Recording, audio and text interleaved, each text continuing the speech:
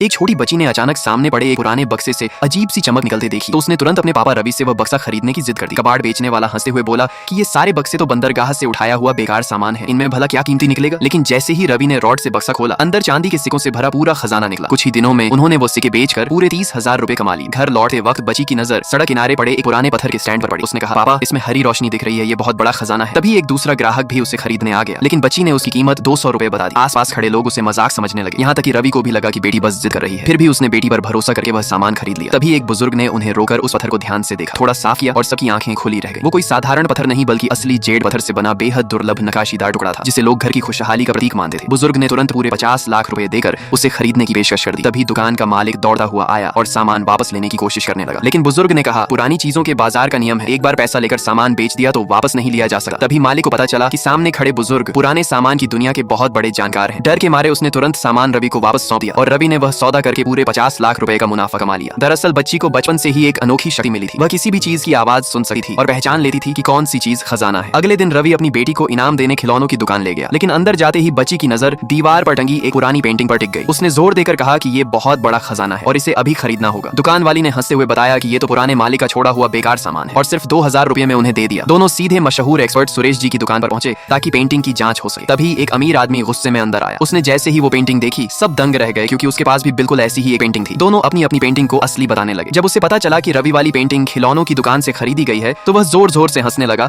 और बोला कि खिलौनों की दुकान से खरीदी चीज कभी असली नहीं हो सकती, उसकी पेंटिंग ही असली है जो सालों से म्यूजियम में रखी जाती रही है। दोनों पेंटिंग बिल्कुल एक जैसी थी, इसलिए सुरेश जी भी असली नकली का फैसला नहीं कर पा रहे थे। लेकिन बच्ची ने एक नजर में समझ लिया कि उस आदमी की पेंटिंग में कोई चमक नहीं है, यानी वो फैक्ट्री में बनी नकली कॉपी है। तभी सुरेश जी की नजर पेंटिंग के कागज पर गई। उन्होंने कहा, रुको, इस कागज का रंग तो सही नहीं है, ये पेंटिंग नकली है। इतना सुनते ही वो आदमी खुशी से उछल पड़ा और बोला, मैं पहले ही कह रहा था, एक छोटी बच्ची क्या समझेगी, इसे फेंक दो ताकि कोई और धोखा न खाए। लेकिन रवि ने पूछा, सुरेश जी क्या आप पक्के तौर पर कह रहे हैं कि ये नकली है? मेरी बेटी की आंखें कभी धोखा नहीं खाती। सुरेश जी बोले, इस कागज को जानबूझकर पुराना दिखाया गया है। तभी वो आदमी फिर चिल्लाने लगा, बहाने मत बनाओ, नकली चीज नकली ही होती है, इसे अभी नष्ट कर दो। लेकिन बच्ची बार बार कहती रही, मुझे साफ दिखाई दे रहा है कि इस पेंटिंग के अंदर असली खजाने की चमक छिपी हुई है। लाइक सब्सक्राइब कर देना, भगवान आपको बहुत खुशी देगा।